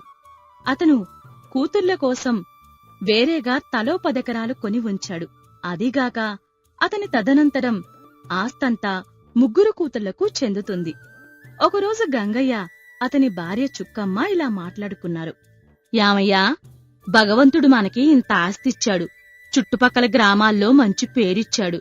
కాని తలకొరి పెట్టడానికి వారసుడుగా ఒక్క మగబిడ్డనూ ఇవ్వలేదు. మనం ఏ జన్మలో ఏ పాపం చేశామోనయ్యా. చుక్కమ్మా, మనిషికన్నీ ఇస్తే తనను మర్చిపోతాడని భగవంతుడు ఏదో ఒక లోపం పెడతాడు. ఈ జన్మలోనూ ఏ జన్మలోనూ మనం తెలుసో తెలియకో ఏదో పాపం చేసుంటాం. అయినా మగపిల్లలని ఆడపిల్లలని తేడా ఏముందిలే చుక్కమ్మా. మగపిల్లల కన్నా ఆడపిల్లలకి తల్లిదండ్రుల మీద ప్రేమ ఆప్యాయతలు ఎక్కువుంటాయి. మనకే ముత్యాల్లాంటి 3 ఆడపిల్లల్నిచ్చాడు దేవుడు. అందుకు ఆయనకి కృతజ్ఞతలు చెప్పు. సరేనయ్యా, నీకేం వేదాంతం బాగానే చెప్తావు. 3 పెళ్లిడికొచ్చారు. మంచి సంబంధాలు చూడు, పెళ్లిళ్ళు చెయ్యాలి. మన ఇంటి సంబంధం అంటే చుట్టుపక్కల గ్రామాల్లోని మోతుబరుల కుర్రాళ్ళందరూ ఇంటి ముందు వరుస కట్టరు. నీకు అనుమానం అక్కర్లేదు.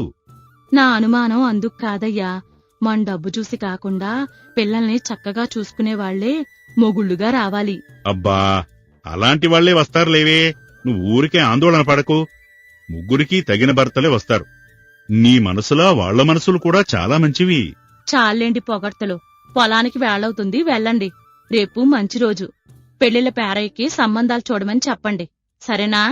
సరే సరే, తమరి ఆజ్ఞ అని పొలానికి బయలుదేరాడు గంగయ్య.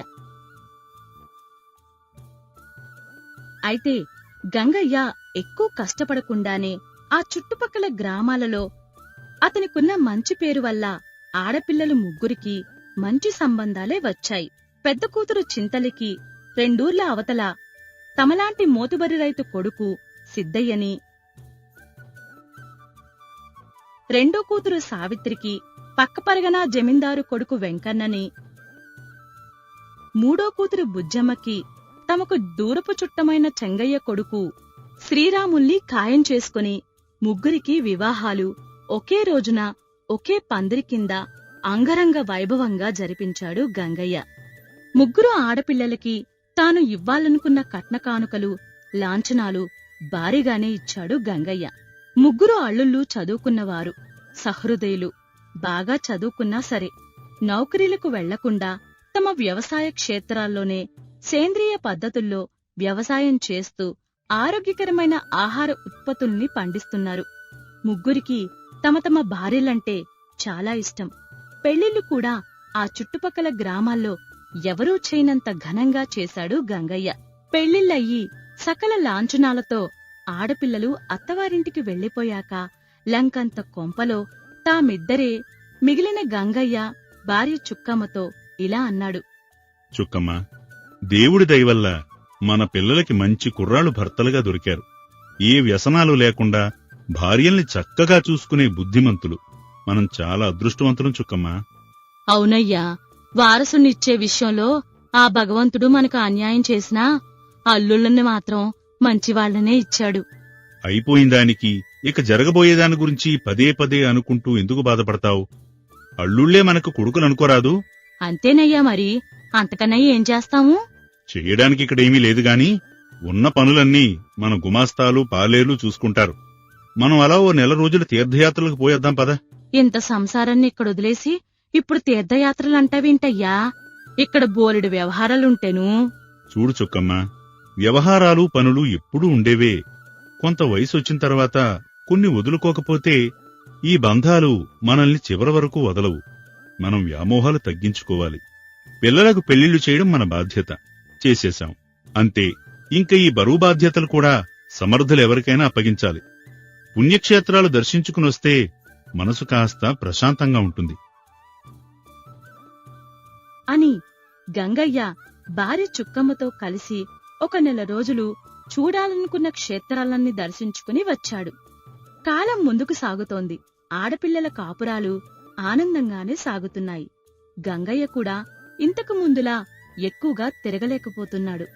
అయితే తాను సంపాదించిన 100 ఎకరాల ఆస్తిని 3 ఆడపిల్లలకి ఒక్కొక్కరికి 25 ఎకరాల చొప్పున రాసి తానుంచుకున్న 25 ఎకరాలతో పాటు మిగతా వ్యవహారాలు కూడా చూసుకోవడానికి 3లో సమర్థురాలైన కూతురికి అప్పగించాలని నిర్ణయించుకొని అందుకు సమర్థురాలు ఎవరా అన్న ఆలోచనలో పడిపోయాడు గంగయ్య. దీర్ఘాలోచనలో ఉన్న భర్త గంగయ్యని చూసి చుక్కమ్మ ఇలా అడిగింది. యామయ్యా, ఏంటి అంత దీర్ఘంగా ఆలోచిస్తున్నావ్? ఏం లేదు చుక్కమ్మ, నాకా వయసు మీద పడుతోంది. ఈ పొలాలు, వ్యవసాయం, ఇంటి వ్యవహారాలన్నీ చూసుకునే ఓపిక సన్నగిల్లుతోంది. వయసు పెరుగుతున్న కొద్దీ ఓపిక సన్నగిల్లక బలం బంతిపూలాగా నిగనిగలాడుతుందా ఏంటి? అబ్బా, నీ వేళాకోళలాపి నీ చెప్పేది కాస్త వింటావా? చెప్పు చెప్పు, ఏంటి నీ ఆలోచన? ఈ వ్యవహారాలన్నీ చూసుకోవడానికి మన అమ్మాయిల ముగ్గురులో ఎవరు సమర్థులా అని ఆలోచిస్తున్నాను. ఇంకా అమ్మాయిల గురించి ఆలోచన ఏంటయ్యా? అల్లుళ్ళున్నారు గదా. అల్లుళ్ళకివ్వవలసింది ఇచ్చేశాము కదా. ఇది నా సొంత వ్యవహారం. ముగ్గురు కూతుర్లలో ఎవరికి అప్పగించాలి? అలా ఇస్తే నా వారసత్వాన్ని పదిలంగా కాపాడేది ఎవరా అని ఆలోచిస్తున్నాను. అమ్మాయిలు ముగ్గురు తెలివైన వాళ్లే కదా, ఎవరో ఒకరికి అప్పగించు. ఆ ఒక్కరూ ఎవరన్నది నా ఆలోచన, నా ముందున్న సమస్య కూడాను. అయితే ఇప్పుడు ఏం చేద్దామనుకుంటున్నావయ్యా? ముగ్గురికి ఒక సమస్యనిద్దామనుకుంటున్నాను. ఇప్పుడు నీ ముందుంది ఒక సమస్య. దాన్ని తీర్చుకోవటం కోసం అమ్మాయిల నెత్తి మీద ఒక సమస్య పడేస్తావా? అబ్బా, నీకేమీ తెలీదు. నువ్వు చూస్తూ ఉండు. నేనిచ్చే సమస్యని సరిగ్గా పరిష్కరించేవారికే నా వారసత్వం అప్పగిస్తాను. సరే, నీ బుర్రలో ఏదో పురుగుదూరినట్టుంది. నువ్వు అనుకున్నదేదో చేసేయ్ అని అక్కడ్నుండి చుక్కమ్మ వెళ్ళిపోయింది.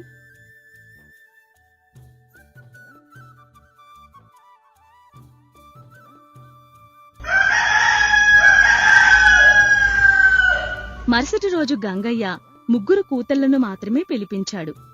ముగ్గురు కూతుర్లు తండ్రి దగ్గరకు వచ్చి ఇలా అడిగారు. ఏంటి నాన్నా, మా భర్తలను కాకుండా మా ముగ్గురు అక్కచెల్లెల్ని పిలిపించారు? వారికి తెలియకుండా మాకు వేరేగా ఆస్తులేమైనా పంచుతున్నారా? నువ్వు ఊరుకోవే అక్క, నీకు ఎంతసేపు ఆస్తులు బంగారం డబ్బే. ఇప్పుడు నాన్న ఇచ్చినది మన ముగుళ్లకు ఉన్నది మనకి సరిపోదా? బాగా చెప్పావు చిన్నక్క. నాన్న ఎందుకు పిలిచాడో తెలుసుకోకుండా ఏంటి పంచాయితీ? నాన్న మీ అల్లుళ్ళని అక్కర్లేదని మమ్మల్ని మాత్రమే రమ్మనడానికి కారణం ఏంటి? కారణం ఉంది బుజ్జమ్మ. నా తదనంతరం నా వంశ ప్రతిష్టను నిలబెట్టవలసిన వాళ్లు మీరే కాబట్టి, అందుకు సమర్థురాలైన అసలు వారసురాలు ఎవరన్న తేల్చుకోవడానికి మీకొక పరీక్ష పెట్టదలిచాను. పరీక్ష? ఏం పరీక్ష నాయనా? పెళ్ళిళ్ళు అయిపోయిన మేము ఏం పరీక్షలు రాయగలము నాయనా? అది రాసే పరీక్ష కాదు తల్లులు, తెలివితో ఆలోచించే పరీక్ష. బుర్రతో ఆలోచించే పరీక్ష? అదేమిటి నాన్న? అదిగో, మీకు తలా ఓ ధాన్యం బస్తా ఇస్తున్నాను. వచ్చే సంవత్సరం ఈ సమయానికంతా మీరు వాటిని ఎలా ఉపయోగించారో, ఏమి చేశారు అన్నది నాకు వచ్చి చెప్పాలి. అప్పుడు నిర్ణయిస్తాను నా వారసులెవరో. ఇదేం పరీక్ష నాయనా? అదే పరీక్ష. వెళ్ళండి, ఆ ధాన్యం బస్తాలు తీసుకెళ్లి సంవత్సరం తర్వాత రండి. అనగానే ముగ్గురు కూతుళ్ళు తలో ధాన్యం మూట పట్టుకుని వెళ్లిపోయారు.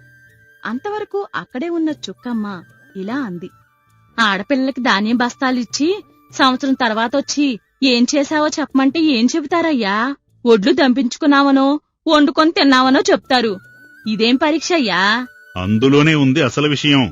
ఒక సంవత్సరం ఆగు, నీకే తెలుస్తుంది. ఏం తెలుస్తుందో ఏమో, అర్థం పర్థం లేని యవ్వారం నువ్వును అనుకుంటూ చుక్కమ్మ అక్కడ్నుండి వెళ్లిపోయింది.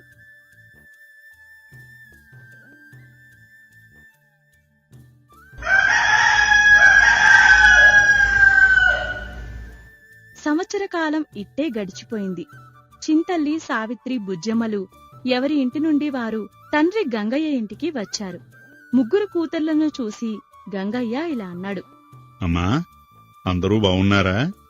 బాగున్నాం నాన్నా, మీరెలా ఉన్నారు? ఇదిగో ఇలా ఉన్నాను, మీ రాక కోసం ఎదురు చూస్తూ. ఎందుకు నాన్న అలాగా? వయసు మీద పడింది కదా, ఇంతకు మునుపులా ఓపిక ఉండడం లేదమ్మా. ఈ బరువు బాధ్యతలన్నీ మీలో ఎవరికో ఒకరికి అప్పగించేస్తే ప్రశాంతంగా ఉండొచ్చని ఆలోచన. ఎందుకు నాన్న అలా అంటావు? నువ్వు అమ్మ ఉన్నంత వరకు మేము మిమ్మల్ని కంటికి రెప్పలా చూసుకుంటాము. ఆ నమ్మకం నాకుందమ్మా. సరేగాని, నేనిచ్చిన సమస్యకి ఎవరెవరు ఏమేమి పరిష్కారాలతో వచ్చారు? అమ్మా చింతల్లి, నీకిచ్చిన ఒడ్లు బస్తానేం చేశావు? నాయనా, నేనా ఒడ్లు బస్తాను బండ్లో తీసుకుని వెళ్తుండగా దారిలో ఒక చిన్న వనం దగ్గర బోల్డని పక్షులు తిండి కోసం దేవులాడుకుంటూ కనిపించాయి. నువ్విచ్చిన బస్తాలోని ధాన్యం ఆ పక్షులకి వేసేశాను. మంచి పని చేశావు. నువ్వేం చేశావు సావిత్రి నీకిచ్చినొడ్లు? నేను కూడా ఎడ్ల బండి మీద వేసుకుని మా ఊరు వెళ్తుండగా మా ఊరికి దగ్గర్లోని ఒక ఊరిలో దేవుడి జాతర జరిపిస్తూ అన్నదానానికి బియ్యం అడిగారు. నేను నువ్విచ్చిన వడ్లు ఆ కార్యక్రమానికి ఇచ్చేసి మా ఊరికి వెళ్లిపోయాను. శహబాష్, మంచి పని చేశావు కూతురా. అమ్మా బుజ్జమ్మా, నీకిచ్చిన ధాన్యాన్ని నువ్వేం చేశావమ్మా? నాయనా, అది ధాన్యాన్ని బండి మీద వేసుకుని కూలీ మనుషులతో వెనుక మీ అల్లుడు వస్తున్నాడు. నానిచ్చిన ఒక్క బస్తా ధాన్యాన్ని తిరిగి తీసుకురావటానికి ఒక ఎద్దుల బండి సరే, మరి కూలి మనుషులు వాళ్ళ కూడా నీ మొగుడు కూడా ఎందుకు? అవునమ్మా, ఎలా తీసుకెళ్లావో అలానే నువ్వే బండి మీద వేసుకుని తీసుకుని రావచ్చు కదా. దానికి మీ ఆయన పని మనుషులు ఎందుకు? నాయనా, నేను చెప్పేది పూర్తిగా విను. ఏంటి వినేది? నాన్న ఇచ్చిన ఒక్క బస్తా ధాన్యాన్ని దాచిపెట్టి తిరిగి తీసుకురావడానికి ఇంత కథ చెప్తున్నావు. మా ఆయన తీసుకువస్తున్నది ఒక్క బస్తా అని ఎవరు చెప్పారు? నేను చెప్పానా? ఏంటి బుజ్జమ్మ నువ్వనేది? ఒక్క బస్తా కాదా? కాదు నాన్న, నువ్విచ్చిన ధాన్యాన్ని నేను పొలంలో చల్లించి సేద్యం చేయించాను. అవి అద్భుతంగా పండి 100 బస్తాల ధాన్యం అయింది. ఆ పంటను కోయించి సిద్ధం చేయించి మా ఆయన కూలీలతో బండికి ఎక్కించి తీసుకువస్తున్నాడు. శభాష్, నువ్వు తెలివైన నా వారసురాలివంటే. నా తదనంతరం నా వ్యవహారాలన్నింటికీ నువ్వే వారసురాలివి తల్లి. చూసావా చుక్కమ్మ, ఆడపిల్లలకి ధాన్యమిచ్చి పరీక్ష అంటే వాళ్లేం చేస్తారయ్యా, ధాన్యం దంచుకుని వండుకు తింటారు అన్నావు. నీ పెద్ద కూతుర్లిద్దరూ ఇంచుమించు అలాంటి పనే చేసినా చిన్న కూతురు బుజ్జమ్మ ఒక్కో ధాన్యం గింజను ఒక్కో బస్తాగా చేసి తీసుకొస్తోంది. అది తెలివితేటలంటే. సంపదను పొదుపు చేయడం ఎలాగా, దానిని పెంచడం ఎలాగా అనేది బుజ్జమ్మకి బాగా తెలుసును. తన చేతిలో పెడితే నా పరువు ప్రతిష్టలతో పాటు నా సంపద కూడా నా తదనంతరం ఇంకా అభివృద్ధి చెందుతుంది. అందులో ఎంతమాత్రం సందేహం లేదు. అలాగని నేను మన పెద్ద కూతురు చింతల్లి, రెండో కూతురు సావిత్రి తెలుగు తక్కువవాళ్లు అనడం లేదు. కాని వారిద్దరూ నేనిచ్చిన ధాన్యం బస్తాలని వేరువేరు విధాలుగా మొత్తం దానం చేశారు. కొంత దానం చేసి కొంతైనా తిరిగి అభివృద్ధికి ఉపయోగించలేదు. దానం చెయ్యడం, కష్టంలో ఉన్నవారిని ఆదుకోవడం మంచిదే. కాని మన దగ్గర ఉన్నది పూర్తిగా కాకుండా కొంత మాత్రమే ఇవ్వాలి. కాని బుజ్జమ్మ, నేను ధాన్యం ఇచ్చి సంవత్సరం తర్వాత రమ్మనడంలో గల ఆంతర్యం గ్రహించింది. అందుకే తాను ధాన్యాన్ని పండించి రెట్టింపు చేసింది. పెద్దవాళ్ళిద్దరూ అంత దూరం ఆలోచించలేకపోయారు. అందుకే నా ఆలోచనను సరిగ్గా అర్థం చేసుకున్న బుజ్జమ్మే నా వారసురాలు అనేది. అంటుండగా మూడవ అల్లుడైన శ్రీరాములు వచ్చి ఇలా అన్నాడు. మావయ్య, మీ కూతురు బుజ్జమ్మ పండించిన ధాన్యం 100 బస్తాలు ఎక్కడ దింపించమంటారు? అబ్బబ్బా, మీరిచ్చారని తీసుకొచ్చిన ధాన్యం బస్తాల్లోని ఒక్క గింజ కూడా ఎవర్నీ ముట్టుకోనియ్యలేదు. ఎందుకిచ్చారంటే చెప్పలేదు. తానే దగ్గరుండి నారు వేయించి, నాట్లు వేయించి, చిన్నపిల్లలా పొలాన్ని చూసుకుని ఇన్ని బస్తాలు ధాన్యం పండించింది. ఆఖరికి నిన్న బయలుదేరొచ్చే ముందు చెప్పింది అసలు విషయం. నీ భార్య బుజ్జమ్మ చాలా తెలివైందల్లుడు. నువ్వు అదృష్టవంతుడివి. ఇక మా తదనంతరం నాకున్న అన్ని ఆస్తుల మీద సర్వాధికారాలకు బుజ్జమ్మే వారసురాలుగా ప్రకటిస్తూ వీలునామా రాయిస్తాను. అది చూసుకుని అందరూ రేపు బయలుదేరండి. యామయ్యా, నువ్వు పెట్టిన బస్తాడు ధాన్యం పరీక్షలో ఇంత విషయం ఉందని నేను అనుకోలేదు. నువ్వే కాదు, నీ పెద్ద కూతుళ్ళిద్దరూ అనుకోలేదు. నాయనేదో పనీపాటలాకిచ్చాడు, మళ్లీ వాటిని ఏమి చేశామో చెప్పడానికి సంవత్సరం తర్వాత రమ్మన్నాడు పిచ్చి తండ్రి అనుకున్నారు. కాని నా చిన్న కూతురు బుజ్జమ్మకి సంవత్సరం తర్వాత అనడంలోనే నా ఆంతర్యం బోధపడింది. అందుకే ఆ ధాన్యంతో సేద్యం చేసి పంట పండించింది. అది దాని తెలివితేటలు. మనకు కొడుకులేని లోటు తీర్చింది బుజ్జమ్మ అని గంగయ్య అనగానే అందరూ ఆనందించారు. మిత్రులారా, ఏదైనా ఒక సమస్య, ఒక ప్రశ్న ఎదురైనప్పుడు ఆ ప్రశ్నలోనే సమాధానం ఉంటుంది. ఆ సమస్యలోనే అది తొలగే మార్గం ఉంటుంది. కాకపోతే లోతుగా ఆలోచించాలి. వారే అసలైన తెలివైన వారు. అలా ఆలోచించగలిగిన వారే అసలైన తెలివైన వారు. వారసులు కాగలరు. ఈ కథ మీకు నచ్చినట్లయితే లైక్ చేయండి, షేర్ చేయండి, మా ఛానల్ ని సబ్స్క్రైబ్ చేయండి. మీ విలువైన అభిప్రాయాలను కామెంట్ రూపంలో తెలియజేయండి. ధన్యవాదాలు. ధనపిశాచి. అనగనగా ఒక ఊరిలో సోమయ్య, నీలయ్య, పుల్లయ్య అనే ముగ్గురు స్నేహితులు ఉండేవారు. వారు ముగ్గురు చిన్నప్పటి నుండి కలిసిమెలిసి పెరిగారు. ముగ్గురివి పక్కపక్క ఇళ్లే.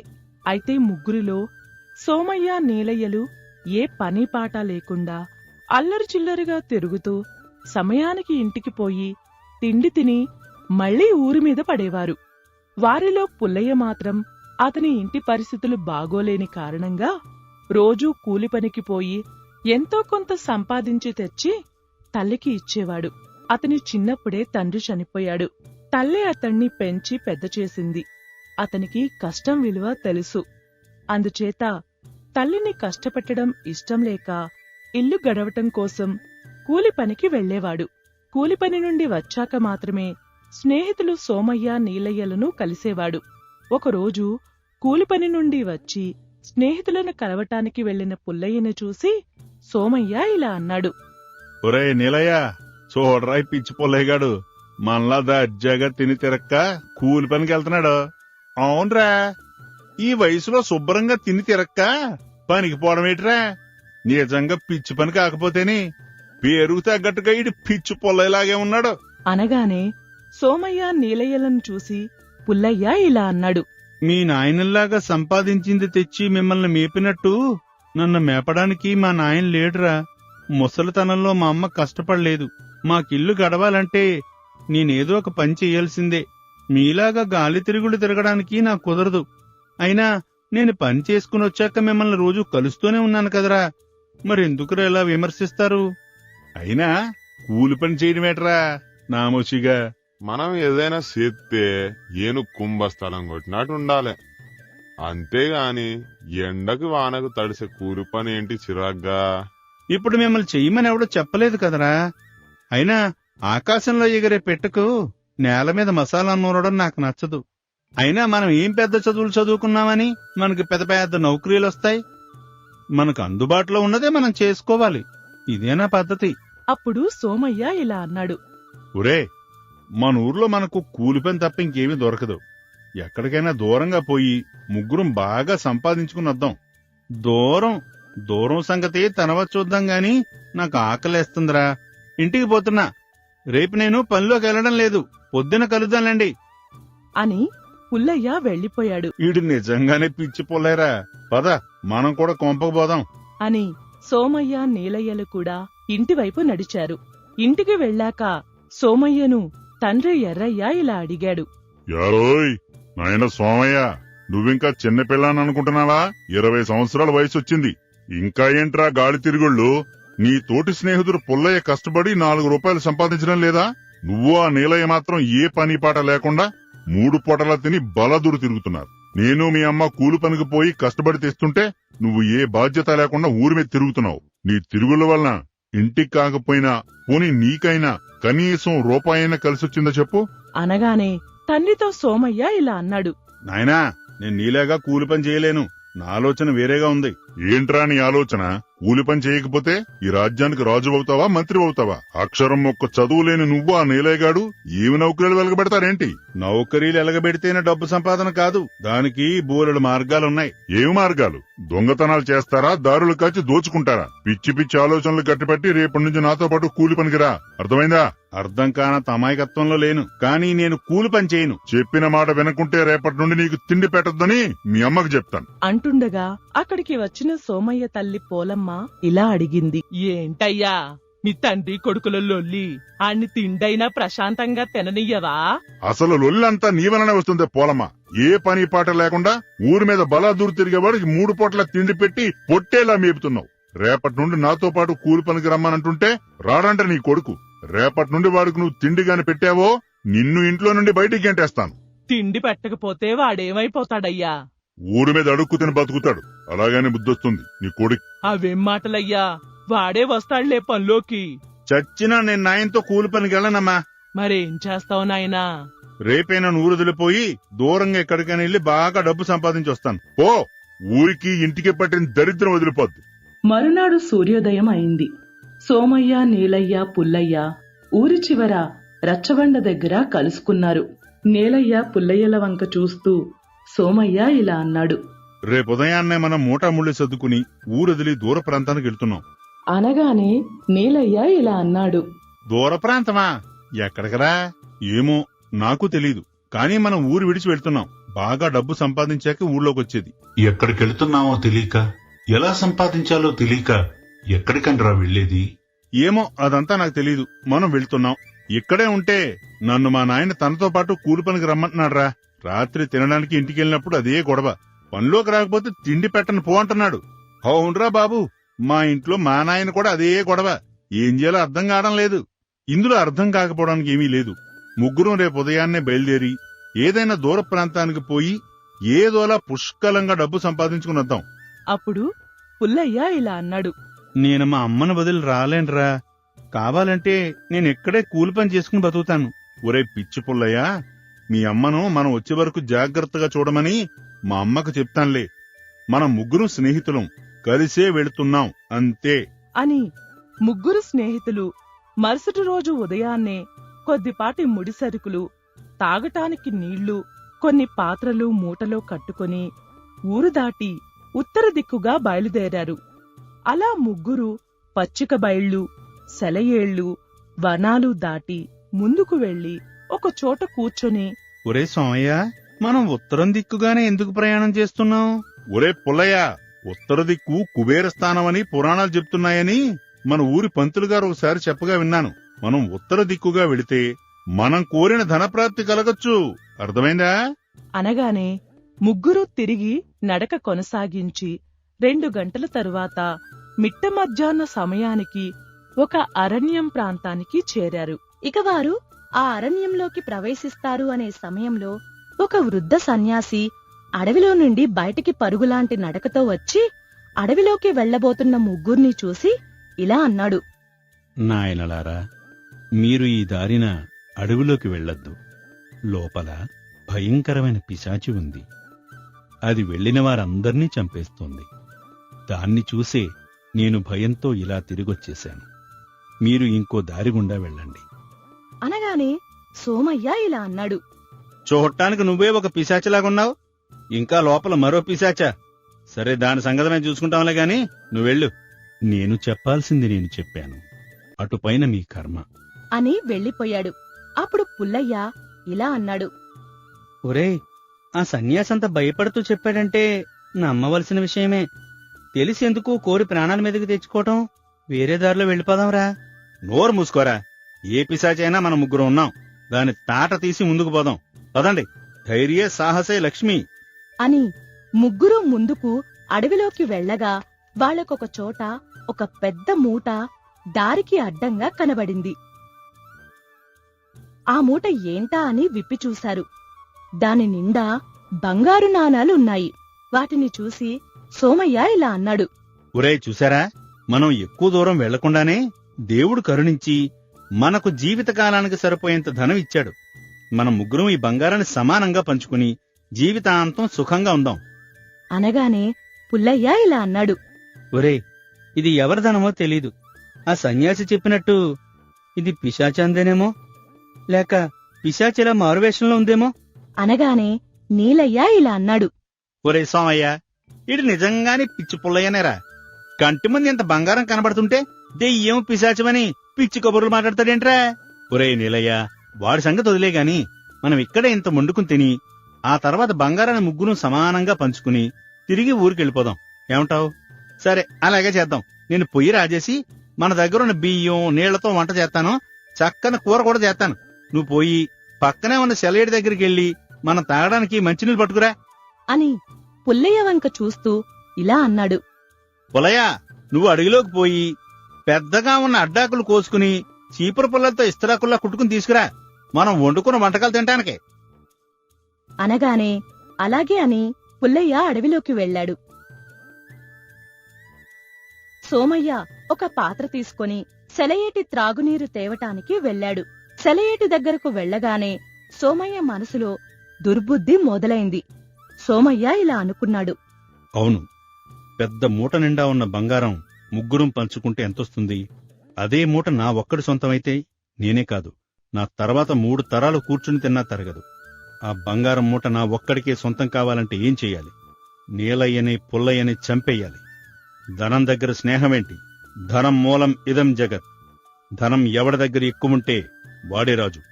వాడి మాటే చెల్లుతుంది. ఆ ఇద్దరిని చంపేస్తే ఆ బంగారం అంతా నాదే అవుతుంది. అప్పుడు నేనే రాజు అనుకుని చుట్టూ చూశాడు సోమయ్య. అక్కడ ఒక పెద్ద రాయి కనిపించింది. దాన్ని తీసుకొని జాగ్రత్తగా వెనక్కి వచ్చి నీలయ్య వంట చేస్తున్న ప్రదేశానికి వచ్చాడు.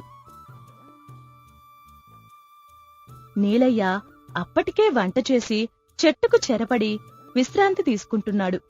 అది చూసిన సోమయ్య నీలయ్య గమనించకుండా వెనక నుండి వచ్చి నీలయ్య తలపైన ఆ బండరాయిని వేశాడు. దాంతో నీలయ్య వెంటనే చనిపోయాడు. అప్పుడు సోమయ్య ఇలా అనుకున్నాడు, ఈ నీలయ్యగాడి పేడ విరగడైంది. ఇంకా పిచ్చి పుల్లయ్యగాడిని కూడా చంపేస్తే ఈ బంగారం అంతా నాదే. అడవిలోకి ఆకులకు వెళ్లిన వాడు ఇంకా రాలేదేమిటి? నాకు ఆకలి బాగా దంచేస్తుంది. ఆ పుల్లయ్య వచ్చేలోపు తృప్తిగా తిని ఆనకవాణ్ణేసేద్దాం అనుకుని నీలయ్య వండిన పదార్థాలు అక్కడ దొరికిన ఏదో ఒక ఆకులో వేసుకుని ఆబగా తిన్నాడు సోమయ్య. తిన్న 10 నిమిషాలకే సోమయ్య కూడా నోటి వెంట నురగలు కక్కుకొని చనిపోయాడు. ఇక్కడ జరిగిన విషయం ఏంటంటే సోమయ్యలాగానే నీలయ్య కూడా దుర్బుద్ధితో ఆలోచించాడు. సోమయ్య అటూ పుల్లయ్య ఇటూ వెళ్లగానే నీలయ్య ఇలా అనుకున్నాడు, దానం ముందు ఎవరి మిత్రుడు ఎవరి బంధువు? నాకు మొత్తం బంగారమే ముఖ్యం. వీళ్ళిద్దరిని చంపేసి మొత్తం నేనే తీసుకుపోయి సుఖంగా బతుకుతాను. ఊళ్ళో ఎవరైనా అడిగితే పులి చంపేసిందని చెప్పొచ్చు. ఈ వంటకాల్లో గన్నేరుకాయలు 100 కలిపేస్తాను. తిని ఇద్దరు సస్తారు. అప్పుడు నేను ఈ బంగారం అంతా తీసుకుని ఊరికి పోతాను అనుకుని గన్నేరుకాయలు దంచి వండిన ఆహారంలో కలిపాడు. అది తెలియక నీలయ్యని చంపిన తరువాత సోమయ్య ఆ ఆహారం తిని చనిపోయాడు. ఇక 3వ వాడైన పుల్లయ్య అడ్డాకుల కోసం అడవిలోకి వెళ్లేసరికి దూరంగా పులి గాండ్రింపు వినిపించింది.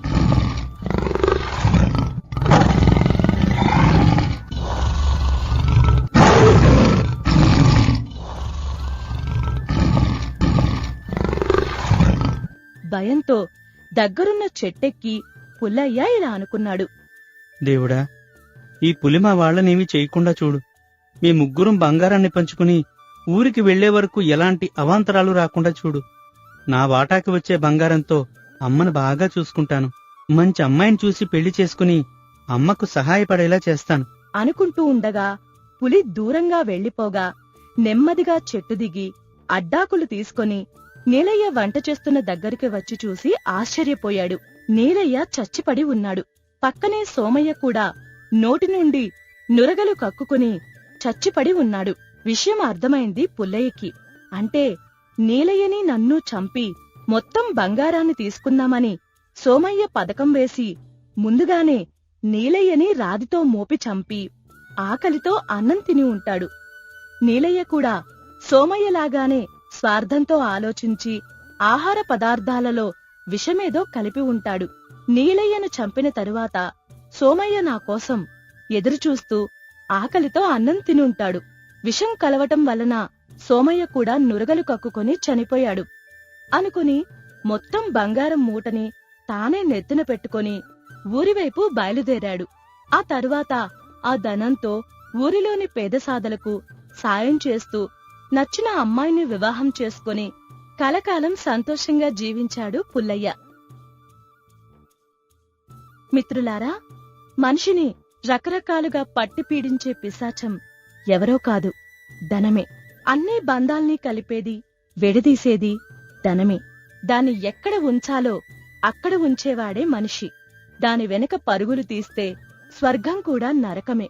ధన పిశాచిని అదుపులో పెట్టిన వారి జీవితం సంతోషంగా ఉంటుంది కాదంటారా? మీకు ఈ కథ నచ్చినట్లయితే లైక్ చేయండి, షేర్ చేయండి, మా ఛానల్ని సబ్స్క్రైబ్ చేయండి.